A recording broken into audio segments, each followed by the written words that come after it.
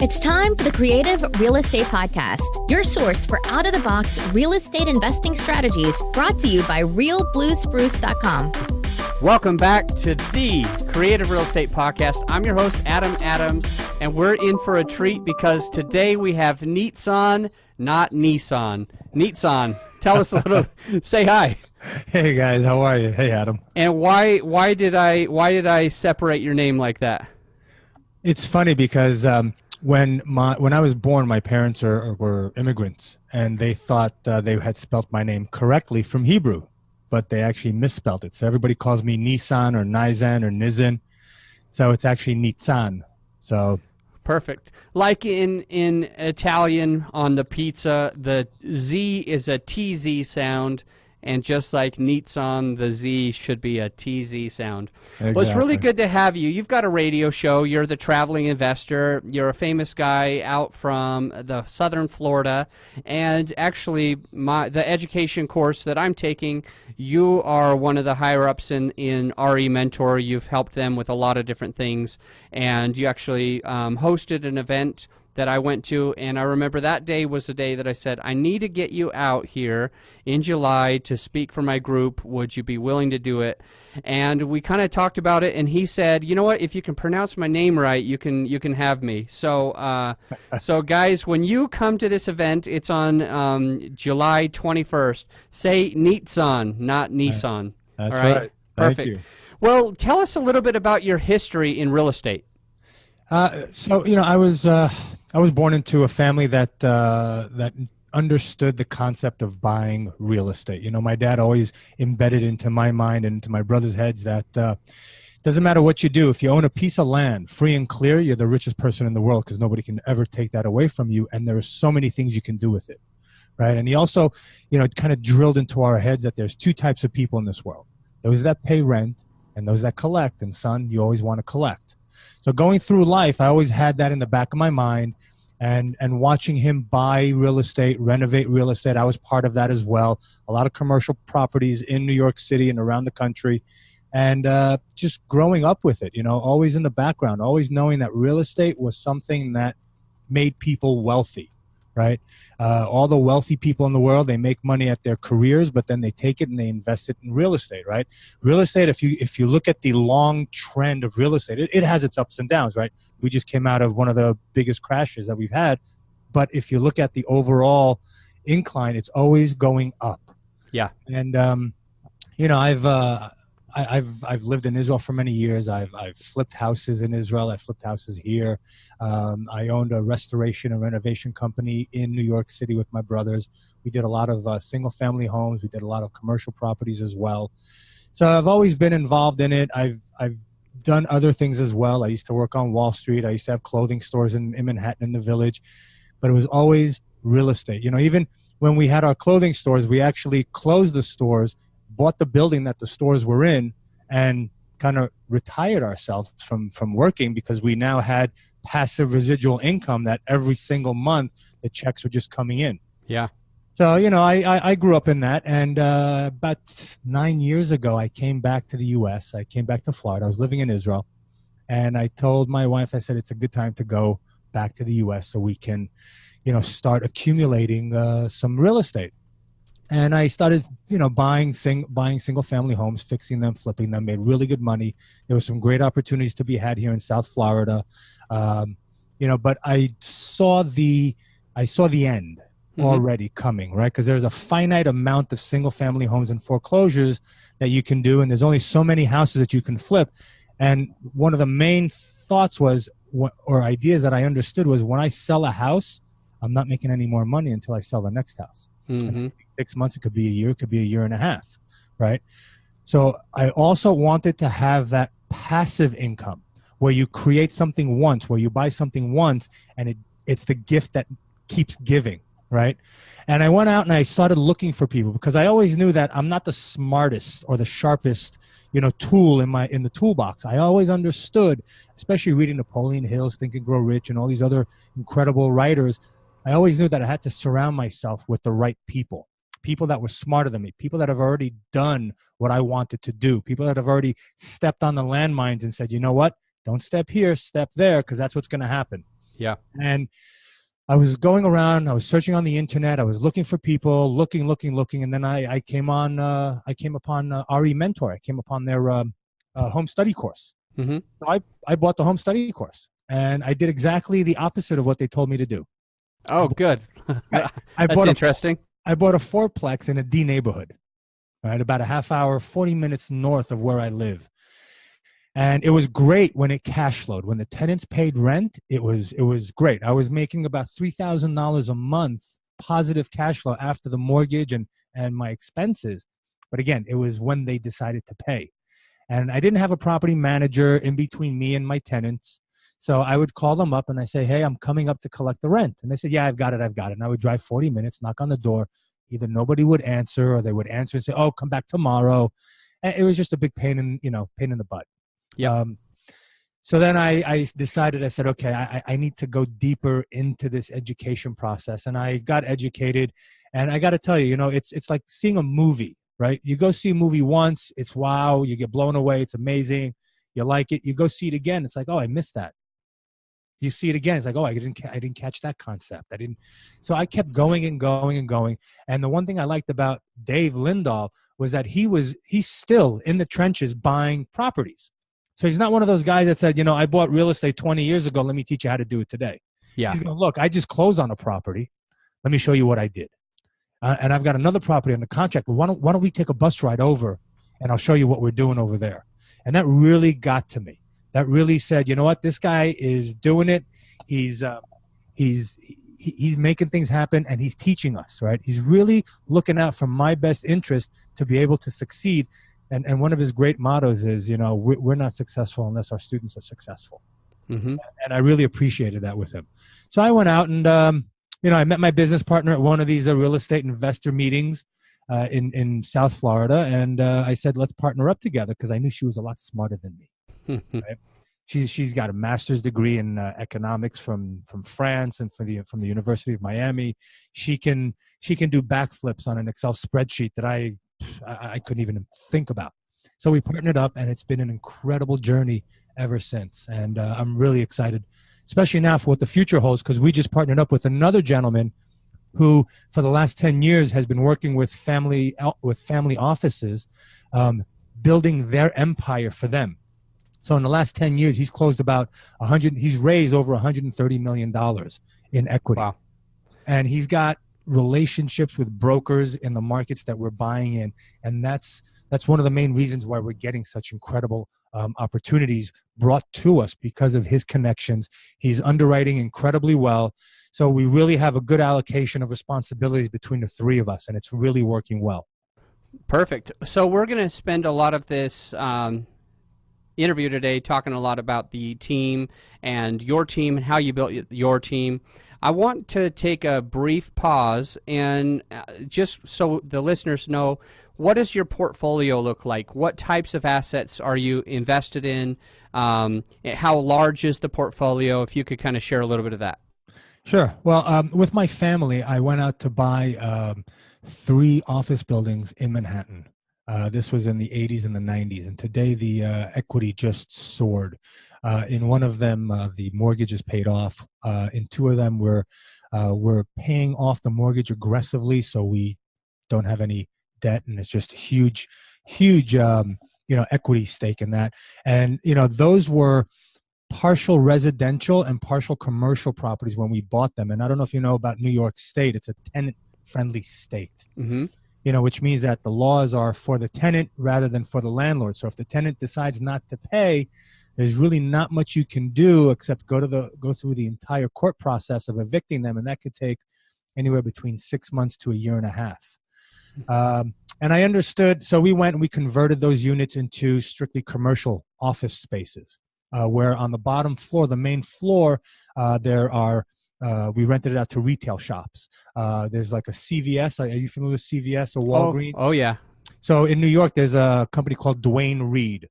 So we rent out to Duane Reade on the bottom. We had Zara, which was a clothing company that rented out from one of our other buildings. And on the top floors were, 10,000 square feet office spaces that we were able to block off in different sizes and actually create the office spaces that people desired and wanted for themselves. So we went out, we did that. And then on my own with my partners, with my newly found partners, we went out and we bought and sold over 1,500 units, apartment units all around the country, mainly in Texas. But we've also bought in Oklahoma. We've bought in Florida, in Chicago as well. So we have apartment complexes. And they've ranged from C properties all the way to an A property. And our Texas portfolio, we've sold most of it. We have one property left in East Texas. We have a apartment complex in Oklahoma that was a complete repositioning, and we took the rents from about $350, $400, and now we're going to be pushing them to about $800, $900. Wow. We went and someone brought to us a project in the Carolinas outside of Lake Wylie. Right on Lake Wylie, outside of Charlotte. It was a 120 boat slip marina with an RV park and a campground, where we went and we got rid of the RV park and we brought in about 35, one of those little park model cabin homes, right? They're like these little tiny homes, but for weekend vacations. It's got a little tiny kitchenette, you got the TV, you got a little dining area, and it can fit anywhere between 4 to 8 people, depending on the size. And this is for people like me who love to go camping, and I've done the whole tent and whatnot, but, getting a little older, the back and whatnot, you want a little comfort, right?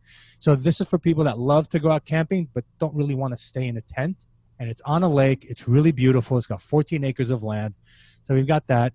My partner and I, we also went out and bought a 240-key hotel in Memphis, about a mile and a half from Graceland. And that's just incredible. Elvis Presley used to hang out at the bar in that hotel with him and his manager before Memphis became what it is today. And we just closed this past February. We closed on a 50 unit in Commerce, Georgia, right outside of Atlanta. And we're set on Friday to close on a 76 unit property in Lilburn, which is also about 40 minutes outside of Atlanta. It's in Gwinnett County, which is the #1 fastest growing county in Atlanta, or in the state of Georgia. And I think it's the top 5 fastest growing counties in the country. It's it's set to outpace Atlanta by 2020 in population growth. And I got a bunch of single family homes, which I'm selling off now, just because they're just they're more of a time sucker than anything else. So we have behind that, we have another 44 unit in Athens, Georgia that we have under contract. We just sent in the earnest money deposit yesterday, and as well 127 unit on the other side of Athens that we put under contract. And again, because we have such good relations with the brokers and we know the market really well, we were able to get ourselves a 3.5-month runway to close on this 127 unit, because the broker that sold us the first property and is selling us this property is the one selling us that property as well. So he knows that we're able to close, and he's like, listen, give them the runway, give them the time, and they'll make good on it. So our total assets in our portfolio would be about $150 million, I would say. Great. That's awesome. That's fantastic. Okay, so let's go into, well, let me first ask you, what is the Traveling Investor? How long have you been the Traveling Investor, and how do people find you on the radio? Sure. Yeah. Well, the Traveling Investor, I guess I've always been the Traveling Investor. In 1995, my father passed away. And in 1997, I decided that, things have to change, right? The world, life is not about sitting behind a desk. It's not about working. It's about living life, right? Nobody gets out of here alive, right? We all end up in the same place, right? 6 feet under the ground. So it all depends on what we do at the time that we have here. And it kind of hit me when my father passed away, like, what am I doing with my life, right? I grew up in New York City. I knew everybody in New York City, all the clubs, all the museums, all the bars. I've been there, done that, lived in all the different cool sections of Manhattan. And I was like, what else is there? So I at the time, I had my clothing stores. I was working on Wall Street. I was going to Pace University, and it just kind of hit me with like a ton of bricks. And I decided to quit life. I sold everything. I got out. I moved to Israel, and I hung out in Tel Aviv on the beach for about a year, just contemplating life and what we're doing. And then I went traveling with a friend of mine. He came back after 2 months, and I continued traveling for about 6 years. India, Thailand, Australia, Laos, Cambodia, Europe, South America, just bouncing around with no real destination, no real goal, just living life and finding out who I am, what I like, what I want to do. So I've always been a traveler, right, at heart. Yeah. And I've always invested in different places. I've, like I said, invested in Israel. I've invested in South America, across the U.S. So about a year ago, a year ago, we were traveling in Israel. Every summer I like to get out of Florida and we go. So last year we did Poland, Germany, Israel, Norway, and then we ended up in Boston for one of the Ari Mentor events. And right when we were in Israel, I started the Traveling Investor, which is a radio show. It airs live every Thursday at 1 p.m. And it's Eastern. Eastern, yes, 1 p.m. Eastern, and it's on W4, the number 4, CY.com, W4CY.com, and you can listen in every Thursday at 1 p.m. Eastern. And the cool thing is about the show is that after the show airs, it's uploaded as a podcast to iHeart.com. So if you ever want to hear old shows and whatnot, and what I like to do is I like to have guests, people like yourselves that have a niche, that have success, that have had struggles, have put systems together, had challenges, overcame them, and can share with people out there, just like what you're doing, how to benefit. And it doesn't always necessarily have to be about real estate. You know, a lot of times what I like to do is I like to start off my show with a little breathing meditation, teach people how to connect with themselves, how to connect with their passions, with their desires, how to get focused. So it's not just about real estate. It's about how you as a person can achieve massive success in anything that you want to do in life, right? Because it's basically the same steps, right? It's just the details are different for every single person. So the Traveling Investor came about that, and it's just I've had a lot of fun. And what's cool is after I look back now of all the interviews, and I want to make that into a book. Of all the people that I've interviewed, writing down what their systems were, what their passions were, how they became successful, how do they find their niche, why find a niche, all that kind of stuff. Put it into a nice condensed book, something like a Think and Grow Rich, but a little bit different and a little bit more modernized, and for today's market that we're in. Yeah. And put that together. So, the Traveling Investor, it's been a lot of fun, and I can't wait to have you on my show. Great. Well, thank you. I can't wait to be there. And, you have so much knowledge, and what we're going to talk about when we get to the 21st, this upcoming next, I guess it's in 2 weeks, Saturday. It'll be an all-day Saturday event, and guys, I'm doing everything I can to make sure this event is free for you. I'm getting sponsors to give you the food. I'm getting the venue sponsored, so don't worry. If I can't find the right sponsors, I'll pay for it. I don't want you to have to pay for this, but it's going to be tons of content. Nizan's actually going to cover the deal sponsor case study. So he has went in, and somebody's just brought him a deal, right? They don't have the money. They don't have the credit. But he's closed on the deal, and that person ends up owning part of the deal. So this is the type of thing that you're going to learn, because screw the thought process of I'm going to wait 3 to 5 years to get involved in multifamily. No. My end goal is multifamily, so I would rather you be retired in 3 to 5 years because you keep bringing Nizan good deals and he keeps helping you close on them, than you just to not do the business at all. Get into multifamily now. So he's going to share with you a case study that he sponsored a deal, exactly how they were able to come in with no money, no credit, and he did everything else. He did the management, etc. We're also going to talk about market knowledge. Okay, so market research is incredibly important, maybe the most important thing, and you've already heard this through some of the things Nizan's been discussing today, where he's talking about this area. It starts with the C, that's right outside of Atlanta. He said it's going to be one of the #1 markets, beating out Atlanta in by 2020, did you say? Right. And just this type of stuff, if you're understanding the market, you're understanding what the real estate is going to do within that market. And if you really want to know the nitty-gritty on how to do this stuff, come to this event. We're going to put on an awesome event for you. But today, I want to talk about, Nizan, how do you build your team? And I think that it's interesting, talking about that broker relationship that you were talking about. That guy is your teammate. he continues to bring you deal after deal after deal. So if I'll just let you take the stage, but teach us how to build our teams. Oh, absolutely. Thanks. Yeah. You know what? Having the team, the right team and the right people on your team is worth its weight in gold. Okay. If you have the wrong person, it's not going to happen. And I'll give you an example. We're working with guys from Marcus and Millichap on the capital markets, and they helped us. They're helping us close on this project that we're doing. And I've been emailing them documents left and right to this one person, right, on the team.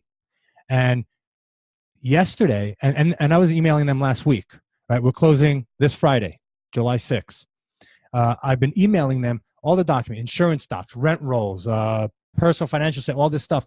And next thing I know, yesterday and today, I'm getting phone calls from these guys like, hey, when are you going to send this stuff? I was like, excuse me, I've already sent it to you 3 times. 3 times. And I resent them that email, the 3 different emails. So then I got back on the phone with them about an hour ago, and he goes, oh yeah, that person is no longer with us because they've been hindering the process because they weren't up to par. They weren't working the way the team needed them to work, and they were causing delays. They were causing frustrations. They were causing all these things. So it's really important to have the right person on your team. Now, how do you find these people, right? What I like to tell people, when I'm teaching and whatnot, and what I like to do is take a piece of paper, right? Put a line down the middle. Me, them, right?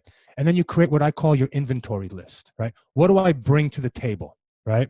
I bring market knowledge, right? I bring broker relations. I bring money. I bring time. I bring underwriting expertise. Whatever it is, it doesn't make a difference, right? You write down what you bring to the table, and then you find, and then on the other side, them, what do I need, right? I need a real estate attorney.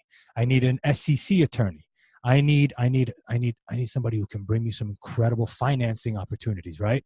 I need somebody who has contacts with family offices, with institutional funding. I need someone who has connections to CPAs and to attorneys to bring them into my deals as well to help raise capital, right? Mm-hmm. So write that list down. Now that's your roadmap, right? We all need a roadmap, right? I love to, I've taken flying lessons, and I've got my skipper's license, and they always teach you, chart out your destination, pick your waypoints, find out exactly where you need to go and what you need to get there.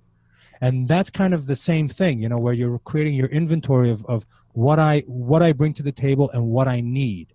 And once you know what you need, then you can kind of start filling in with the people. Now, how do you find these people? Yeah. I don't know if I'm allowed to say this, but you got to network your ass off. Network. But it's not just going to the Chamber of Commerce once a week and just meeting the same people all the time. You've got to take that list, and you've got to say, okay, I need to find people with money. All right, what kind of people? Do you want doctors? Do you want surgeons? Okay, where do surgeons hang out? Go and hang out with them. Where do attorneys hang out? Oh, okay, they hang out here. I'm going to hang out there. I'm going to go start networking with them. Where do brokers hang out? I'm going to go hang out. What market do I want to be in? Right? You want to be in the Atlanta market? A lot of people ask me, they go, hey, Nizan, do I need to fly into that market? I say, no, you don't need to do anything. Do you want to be successful? Right? If you want to be successful, get on a plane, go for a weekend, sit at a Starbucks, and just have one meeting after the other, meeting brokers, right? Build those relationships, because it does a couple of things. As soon as you land in somebody's market, they're like, all right, you know what? You're serious. You took money out of your pocket. You're taking time out of your family, out of your business. You're growing your business, and you're coming to meet me in my market. So you're a serious player, right? Yep. Meet the brokers. Build those relationships. Find commonalities. It doesn't matter what it is. Even if you have nothing in common with this person, find out what they like, right? Do they play golf? Do they like to windsurf? And it's amazing once you start talking to people, the connections that you can make with them. And I'll give you an example. When I first moved here from Israel, when I was in Israel, I opened up the first raw vegan restaurant in Israel. All right, and it was in a village about 40 minutes north of Tel Aviv. And what was nice about it was that the first gold medalist in the Olympics for Israel lived in that village that I lived in, that I had my restaurant, and he was for windsurfing. So he would come into my restaurant with his coaches, and they would eat because it was raw, it was vegan, it was fresh, it was organic, it was just exactly what they wanted. And I took pictures with the guy, and his name was Tal, T-A-L Friedman. Okay. I'm now living in Boca, and I'm calling all these brokers, and there's a guy named Gal, G-A-L Friedman, and I'm giving him a plug now. From at that time, he was with Marcus and Millichap, I want to say. That doesn't matter. But I meet him at one of the properties, and I'm talking to him like, "Oh, Gal, blah blah blah. You have any family in Israel? This and that." He goes, "Yeah, we I have a lot of family in Israel." I said, "It's funny because one of my customers, his name was Tal Friedman. He was the Olympic." A gold medal winner. He goes, "Oh, guess what? That's my cousin." So I pulled out my phone. And I said, "Hey, there's a picture of me and your cousin." Immediately, right there, rapport, building relationships. Let's get together. It's funny. Ha, ha, ha, ha. I mean, obviously, it doesn't happen with every single person you meet. Yeah. But find out. And the way you find out is by asking people questions. There's no such thing as a stupid question, because stupid people don't ask questions. There you go. Right?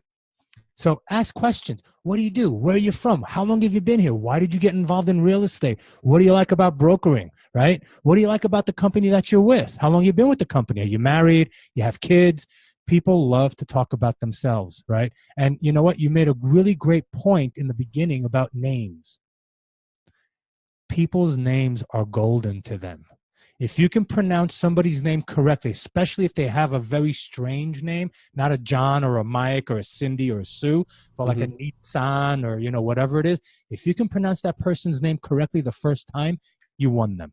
You won them because they, in their subconscious mind, are like, you know what, he took time or she took time to really figure it out and to get it right. So it says a lot about that type of person. So, when I moved to Florida 9 years ago, I knew nobody. Right. I'm originally from New York City. I left New York in 1997, went traveling, lived in Israel. So my network from New York kind of just died away. I mean, I had friends and whatnot, but my business relations. And moving to Florida, I knew nobody. I didn't know the market. I didn't know the neighborhoods. I didn't know anything. So what did I do? I got in my car and I started driving the neighborhoods, driving areas. Miami, Fort Lauderdale, West Palm Beach, Jupiter, everywhere, just to learn the market, to know what's in, what's not, where to go. Who do I need to talk to? I joined the Chamber of Commerce in Boca. I joined the Chamber of Commerce in Del Rey. And, just network and network. And after a while, I realized, you know what? This network, these places, these certain places that I would go to, not for me. Okay, cut that out, right? Yeah. You don't want to keep spinning your wheels and wasting your time, right? You want to work efficiently, right? You want to be laser focused, right? And a lot of times at these networking events, people all get jazzed up with the energy and whatnot, and they're excited. And at night they just go out and they party, and you kind of lose the reasoning why you're there, the goal, right? So it's great to go out and party, but when you're at a networking event, what I like to do is I like to go in and say, okay, who do I want to meet? I want to meet 3 people, and these are the types of people that I want to meet. So when I'm talking to someone, if that person doesn't meet my criteria of who I want to meet, I don't just say, hey, you know what, not you, goodbye, whatever. I just say, hey, it was a pleasure meeting you. I'm actually here to network, and I'm looking for 3 specific strategic partners. Maybe you can help me. This is who I'm looking for. Do you know anyone here that could help me with that? Usually they'll say yes or no. And you're not being rude because you're here for a reason. I'm here to network. I'm not here to get free drinks and free appetizers and to schmooze and to take pictures with beautiful women, although that's nice, right? But I'm here for a purpose. And when people see that laser focus that you have, they're like, ooh, you know what? What's he doing? What is she doing? I want to be connected to that person. And then you start attracting these people to you, right? And another thing that I like to say is, fake it till you make it, right? Become the person that you want to be now, right? If you want to become a successful commercial multifamily investor, sit back, take a minute, take a deep breath and say, okay, if I was making $20,000 a month passively and I'm closing on 10 deals a year, $5 million and up, how would I talk to brokers? How would I talk to investors? Where would I go network? How would I dress? How would I hold myself? Right? Picture that person as that successful person, and then all you have to do is step into their shoes. Don't become something you're not, right? I'm not saying like, go out and be a fake person, but be yourself as that successful investor. I couldn't agree more.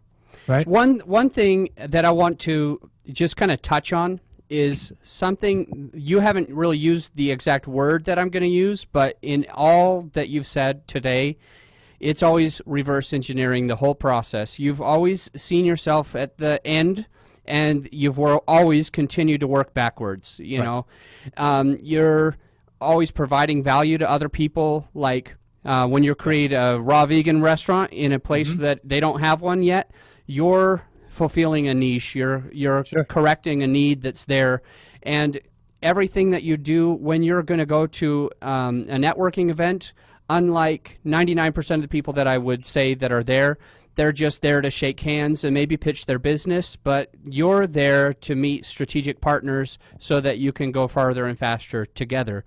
It's really interesting. I just wanted to kind of point that out because we talk about reverse engineering on this podcast all the time, and you can tell somebody successful like you that you have reverse engineered every part of your life so far, Absolutely. Absolutely. And you know what, especially when you're buying real estate, it doesn't matter if you're buying an office, a condo, a single family home, multifamily, self-storage, it doesn't matter what you're buying.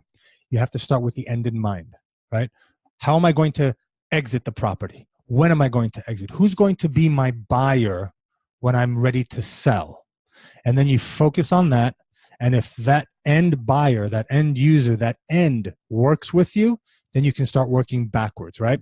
Yeah. And it's great that you said that because one of our SEC attorneys on my team, she talked to me and she goes, listen,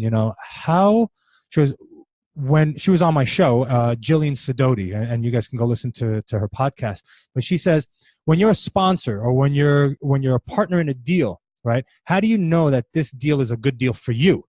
Right? It may be a good deal for your investors, but how do you know it's a good deal for you? Well, you got to reverse engineer it. How much money will I be making on this deal? Will I be able to make a good acquisition fee? Is there enough room in it to get an asset management fee? Is there an equity placement fee that I can add in there? Reverse engineer. Will I be able to make money on this deal? Because if I don't make money, then I'm not going to be inclined to really focus my time on this deal. Hence, my investors will suffer, the property will suffer, my reputation will suffer, yada, yada, and it's just a domino effect. Yeah. So if you reverse engineer and say, you know what, I can make a lot of money on this deal. Great. That's one step. Let's go further. Great. Will my investors now make money on this deal? Yes. Fantastic. Can I raise the capital through my network for this opportunity? Does my network like this type of properties? Right? When we're talking to multifamily investors and I'm pitching them a hotel, they're looking at me with their eyes like a deer in the headlights. They're like, What are you talking about?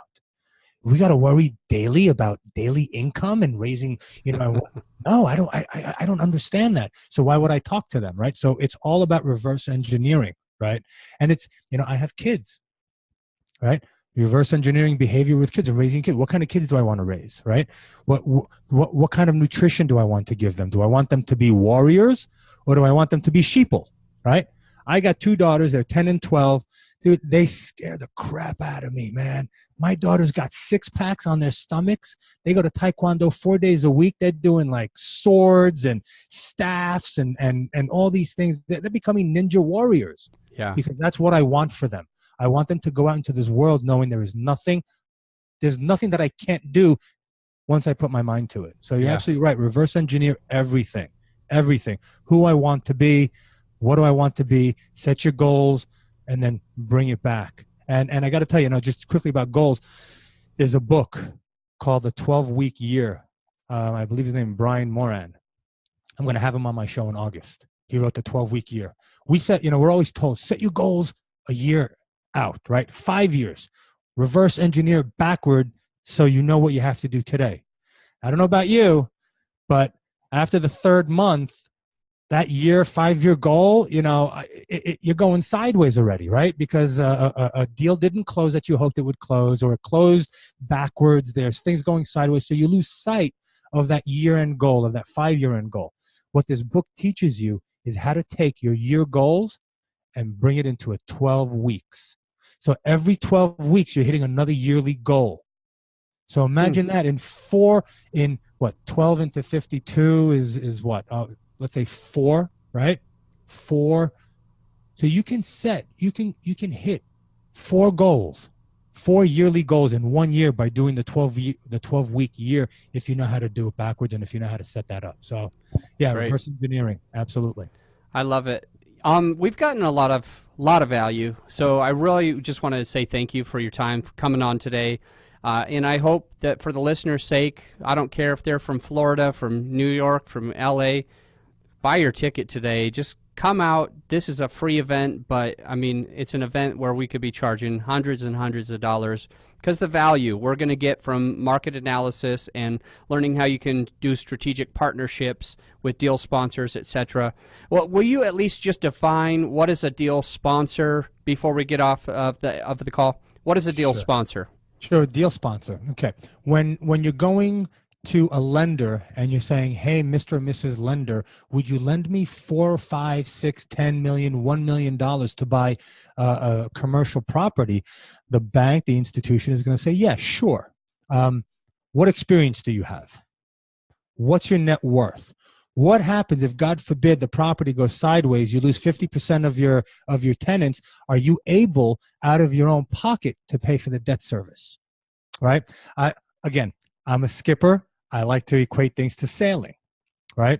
On a sailboat or on any boat, on a ship, how many captains do you have? You have one captain. Mm-hmm. That captain knows the ins and the outs of the ship. He knows he's not a mechanic, but he knows how the engine runs, right? He's not a navigator. He's not going to plot the waypoints, but he knows if he has to, how to read the map and how to plot. He's not the pilot who knows how to turn the ship, but he knows how to if he has to. Right? So a deal sponsor is the captain of the ship. It's the person who has the experience, the specific experience, meaning I have experience. I'm a sponsor for multifamily and for hotels and marinas. Yeah. If you bring me a self-storage, right, and we go to a lender and they say, hey, Nizan is going to be the sponsor on a self-storage, they're going to say, that's great. He's got the net worth, right? Because you need to have a certain amount of net worth. He's got the liquidity, but he doesn't have the experience, which is okay. We can use him. We just want you to bring another sponsor, a co-sponsor, to be with Nizan that knows self-storage facilities. So then together we can partner up as sponsor and co-sponsor to work the deal.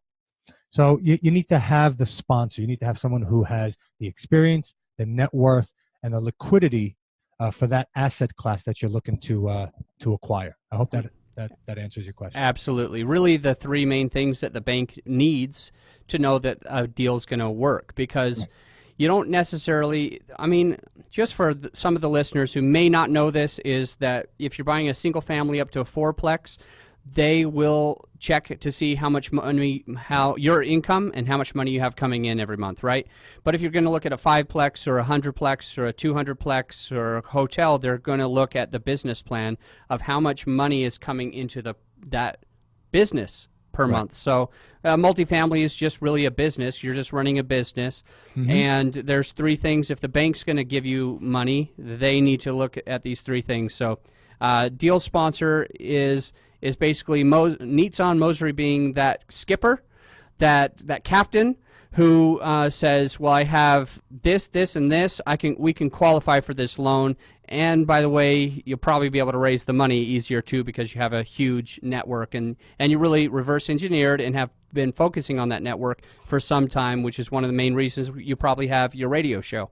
Yep. Yeah, so, absolutely. Mm-hmm. All right, so we're going to wrap it up. I really, really appreciate your time. July 21st, Saturday, all day. Go into the show notes right now. Just kind of scroll down, and you'll have that link so you can come and see Nizan, myself, and a few of my partners. Let's get into this multifamily business faster. Until next time, my friends, think outside the box. Yeah. Thanks, Adam. It's been a pleasure. Thank you for listening to our podcast. It's our hope to add a ton of value to you. That said, Blue Spruce Holdings is excited to be offering investment opportunities to accredited investors. That link is in today's show notes.